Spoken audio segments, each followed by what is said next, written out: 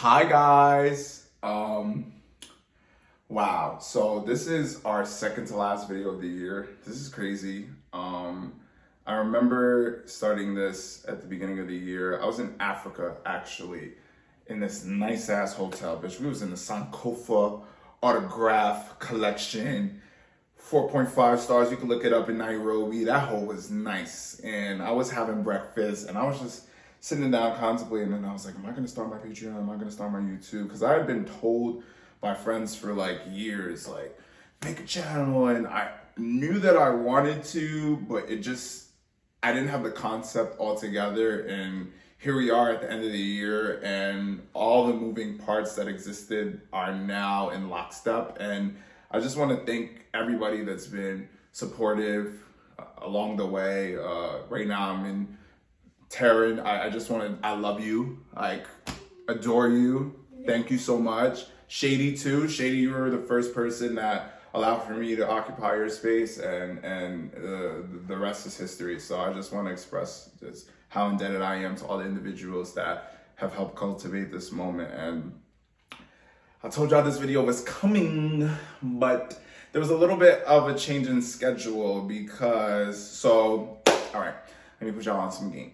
So the initial release date of this video was actually supposed to be the day after the Renaissance tour ended. It was supposed to be this running joke, and it was like, day one of no more Renaissance. Like, how are you coping? Like, I wake up with cold sweats and shit. Shit, what day we on, right? It's December, it's the 3rd, right? So if we do the math from October 1st, can you check when the last date of the Renaissance tour was? Yeah. You could just Wikipedia right now, because I think the last date was either September 30th or October 1st. Contingent on that, 2 months, 60 days, because I want to get the exact, I want to know what day we're on of no Renaissance tour. What day is this? The last day was Sunday, October 1st. Okay, October 1st. So 30 days would be November 1st. Another 30 would be December 1st, right? I mean, that's the right math. So 60 plus 2. So day 62. Is that right? I know something wasn't right. Is that right? No. No? No, that is right. Yeah? Yeah. Day 62, y'all. Day 62 of No Renaissance. How y'all been coping? I don't even listen to the album no more. I'm not even gonna hold y'all. Sometimes I'll just be walking in the kitchen out here. 1, 2, like it's actually trauma that I associate with thinking about either of the concerts that I attended to. Cause I ain't gonna hold y'all. I'm of an elite class. I went to the first show in Stockholm, so let's clap it up for me real quick. You know, I know a lot of y'all saw the tour after the fact, but I went in a virgin. I gotta flex for that real quick because, yeah, there was nothing like that experience. Just the feeling that filled my body, and I mean, I don't have to go into that because we all are privy to the movie that just dropped. And let me tell y'all something. So I was on the phone with my homegirl Taryn, right? And she was like, why don't you do the video after the movie drop? And I was like, duh, because the basis of this video is I posted an Instagram post in the summer of Renaissance that I'll put right here. And I said that Béyonce is our Micheal. Debate your mother. And some motherless person came in my comment and said, she's your Micheal. And what I didn't make clear when I posted that video, which Micheal I was talking about. So I just want to apologize to anybody that was offended by my comment because of the lack of clarity. Béyonce wait, how you say her name? Béyonce Giselle Knowles Carter. Okay, yeah, is our Micheal Joseph Jackson. Paris and Blanca's father, Catherine and Joe's son, Tito's brother, Janet Jackson's brother. What's the monkey name?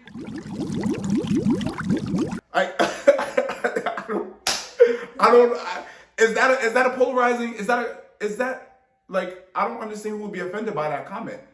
Did you see the movie?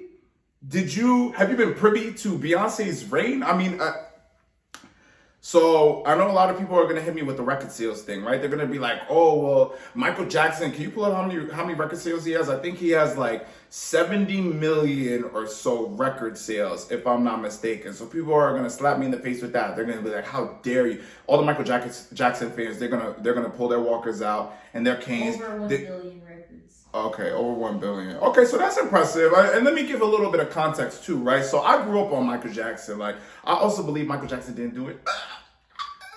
Different conversation for a different day. But I want y'all to understand that I'm not one of these younger individuals that don't have reverence for a legend like Michael Jackson. I'm well aware of the fact that Béyonce herself has a great deal of respect for Michael because he opened up doors for her as a black artist, considering his trailblazing nature. So I speak from a vantage point that I feel is so pure because I also identify as a Michael Jackson fan. Bitch, when Butterflies come on, the fuck? Butterflies is my shit. What else is my shit? Fucking, how to go? Tonight. Off the wall.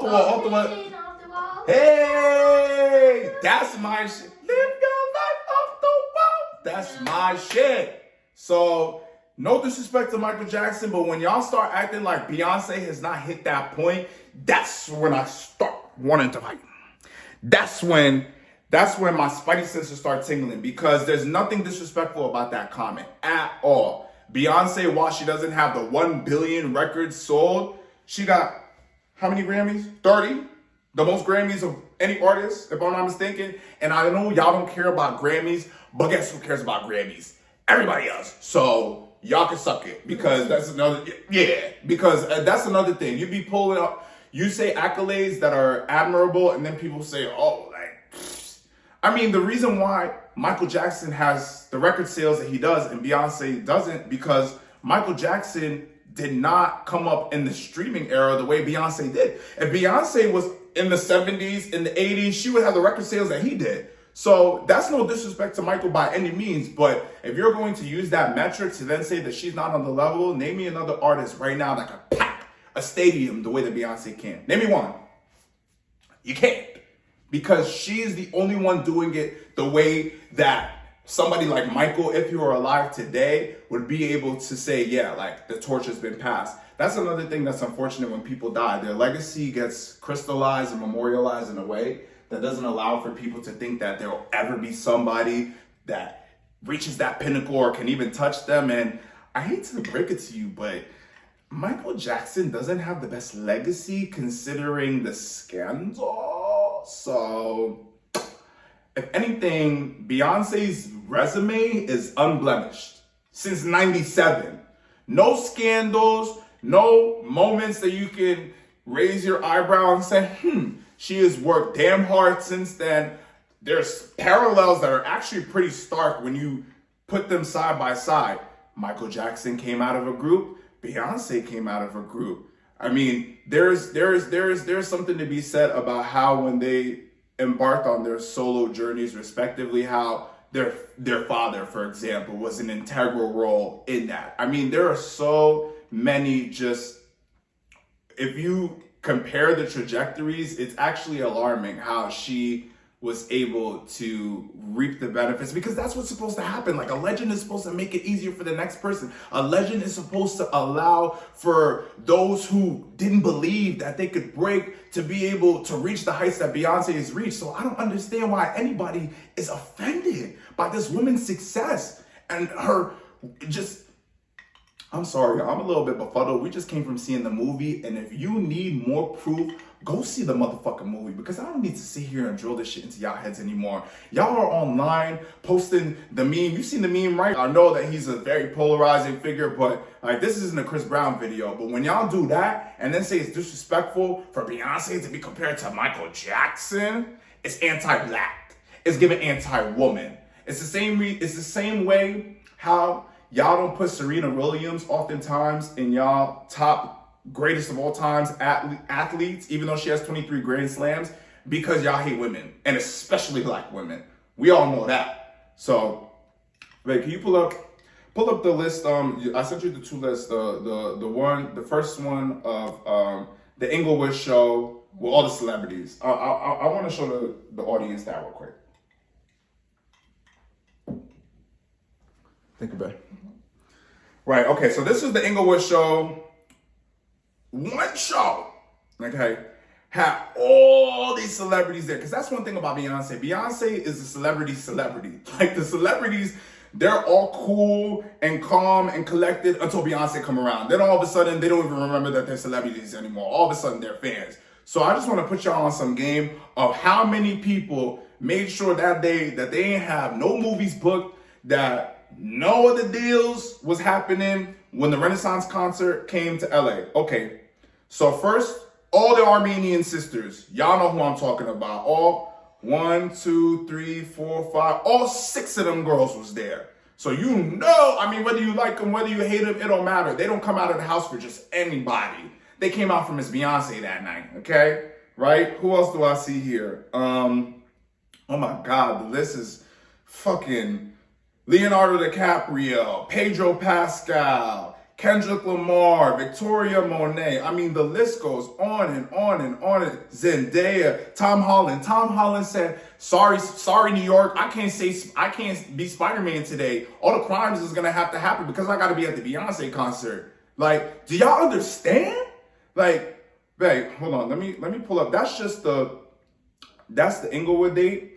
Let me go to the whole tour, because that's the thing about the Beehive, yo. You can always count on them. They will curate the list of everybody that was there. Bitch, not motherfucking Barack Obama be. He had the secret service in the motherfucking building for Beyonce. Everybody had to sign a waiver. Everybody had to walk in that shit and sign a contract. Are y'all faves doing that? Are y'all faves doing that? They're not. The only person that can pack out a stadium the way that Beyonce can is Taylor. Like, that's just, I mean, aside from the groups, the BTSs of the world, the big hot commodities, but those are multiple people in one collective. I'm talking about one individual artist that can hold a show for 2.5 hours with a catalog. Not too many can do that. Beyonce, Taylor Swift. So even then, I'm getting hot just talking about this. If Beyonce told me to, that's the thing. That's when they said to be all crazy. They say if Beyonce tell you to be somebody up, what you do? Or yeah, Beyonce told me to slap when you host. I would do it. Like, it's mind control. Like, oh my God, I love her so much. Y'all, if you haven't seen that movie yet, go see the fucking movie, bro. I damn near cried. I laughed. I shook my ass. I was in the seat just reveling at this woman's greatness, just taking in. As a creative, I think what makes Beyonce so special to so many of us is that, you know, us artists that have such a meticulous attention to our craft and our detail, we look at somebody like Beyonce and her longevity and what she's been able to do over 20 years, and we can only pray to have a fraction of how she's been able to impact the industry and just remain not only consistent, but get better with time. She's in her 40s, and as she said in the movie, she's the best that she's ever been. And that's a testament to her motherhood. That's a testament to being able to survive the industry that just peels away at you and all the critics and all the commentary, and yet she's prevailed amidst all of that. Years later. And it's just so inspiring for so many of us that hope to penetrate this industry or honestly succeed on the outside of it. That's the misconception that a lot of us have had, that to succeed, we need to do the song and dance. We need to tap dance. We need to seek the approval of the masses. But if anything, Beyonce has proven that that's not necessarily the case. You could just do it by being yourself and being damn talented and undeniable, because that's what she's done and continues to do. I don't even want to talk like she's done. She's not done yet, but What's stopping me from really putting y'all on a motherfucking straitjacket by saying that she's better than Michael is one more Renaissance, one more of these tours, one more of these grand moments. Because again, I don't want to make it seem like Michael is just this artist that comes, every year. Like, he is a once in a generation talent. No questions asked. But you want to know who also is a once in a generation talent? Béyonce Giselle. I really can't say Beyonce name, y'all. Knowles Carter. I don't make the rules. The rules make themselves. So I need y'all to get on board, because the way that this most recent era has just solidified that, I'm scared for anything that she has to do in the near future. If we even get that. I know she got to be a mom, so I ain't mad at her if she wants to take a little break. Shit, a couple more videos won't hurt Beyonce. Shit, I need the cozy video. Comfortable in my skin. Hey, Beyonce, if you just give me the treatment for the cozy video, you ain't even need to give me a big budget. You could just give me like a calm 1 million, and I'm telling you, it'll be the best video you've ever had, girl. Please.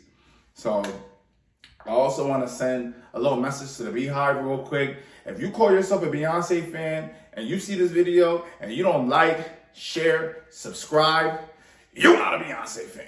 You know what it kind of sound like? I was laughing to myself. It's like, you remember when Jocelyn did the meme? She was like, if you're a mama and you don't take care of your baby and your mama take care of the baby, then you're not the mama. Your grandmama's the baby.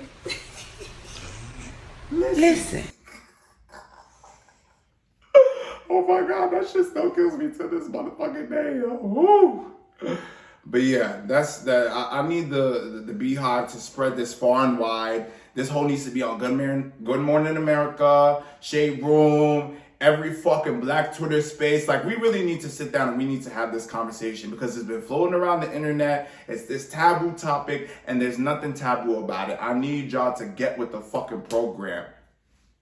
Plain and simple. And if you want to argue with me, put your thoughts in the comments. I don't give a fuck what you got to say, but I still want you to feel like this is free room to express yourself. Because again, like, there's some of y'all that might make valid points. Hell, you might, just as far as Michael's concerned, maybe I haven't talked about Michael's impact enough. And that's something that I want to make sure that is very clear. Like, I'm well aware of his impact. Like, the first artist, Thriller broke on MTV. If it wasn't for a Thriller breaking on MTV, Beyonce wouldn't exist in the capacity that she does. I'm well aware of that. Like, trust and believe that. But I think as far as Michael's legacy is concerned, if we're talking the early 2000s, like, that's when he started to like slow down a little bit. Like, Invincible was like the last moment where it was like, okay, this is Michael. And he had the respect and reverence, don't get me wrong, but he died right before he was to embark on the This Is It tour. And the This Is It tour never happened. So it's like, how do we really know what Michael would look like today? I'll tell you one thing's for sure. If Michael were alive today, Beyonce would be bringing him on stage and he would be like, oh, this is the queen, you know what I'm saying? Because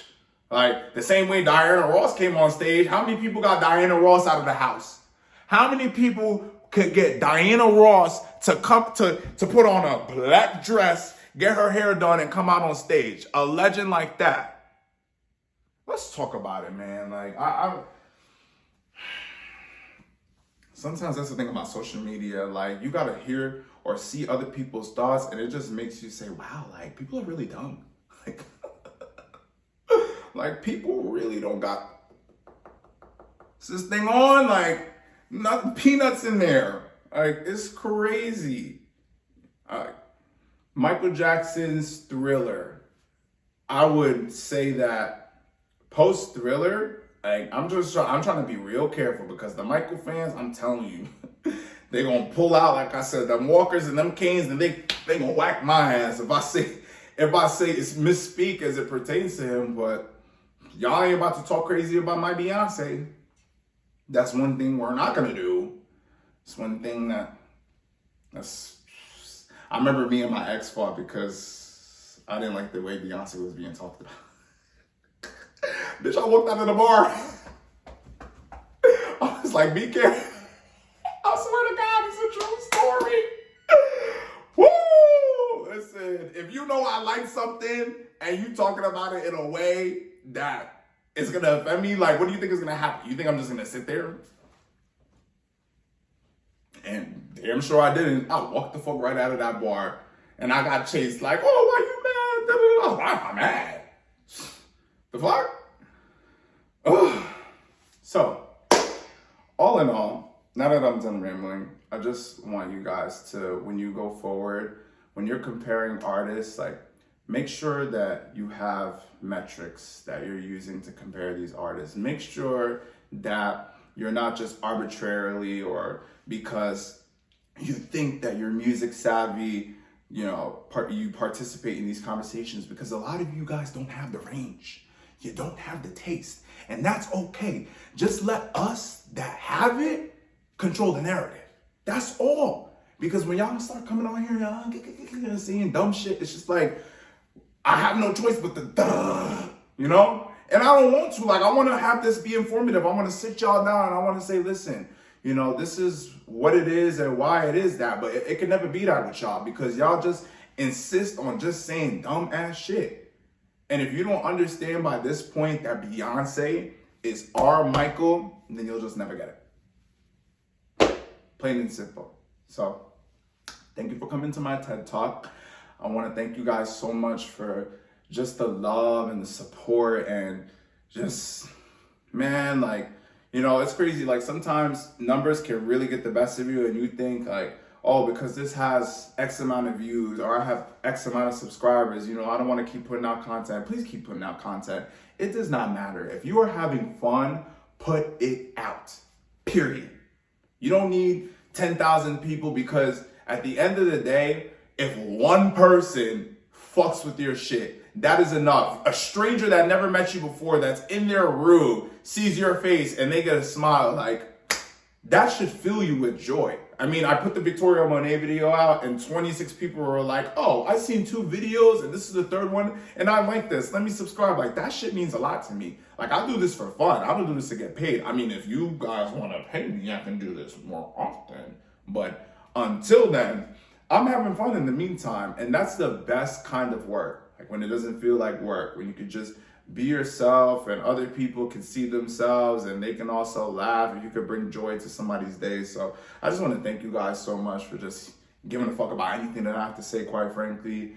I actually am to film the last video, the season finale, tomorrow. That's the plan. It's supposed to come out in a week. So one way or another, it has to be filmed within the next 7 days. But y'all stay tuned for that, because we got some things to talk about.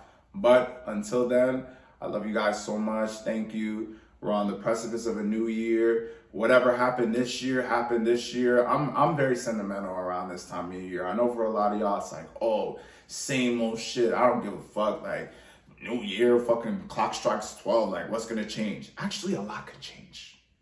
Y'all need to change your mentality. Every single year at the beginning of the year, I'm like, okay, what don't I have and what do I want? How am I going to get it? And I wish that for all of you guys. I wish that, whether it be something tangible, whether it be something material, whether it just be a goal, like, do not go into the new year directionless. Do not. Have intent. Like, one thing. Because there's going to be 365 days.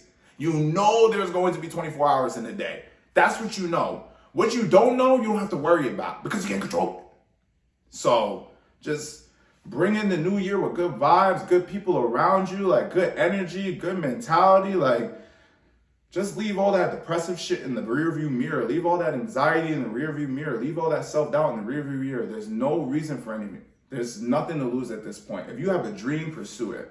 That's my last statement of the video. Like, I just want to be crystal clear about that. If there's a test, if I've learned anything this year doing these videos, just follow your passion. Whether it gets rerouted, whether it's repurposed, just continue to believe in yourself and everything else will fall into place. So I love you guys so much. Thank you for all of your support. And until next time, bye.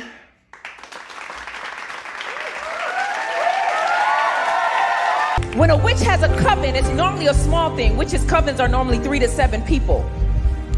When it becomes thousands, it's called a hive. Y'all are part of that lady beehive?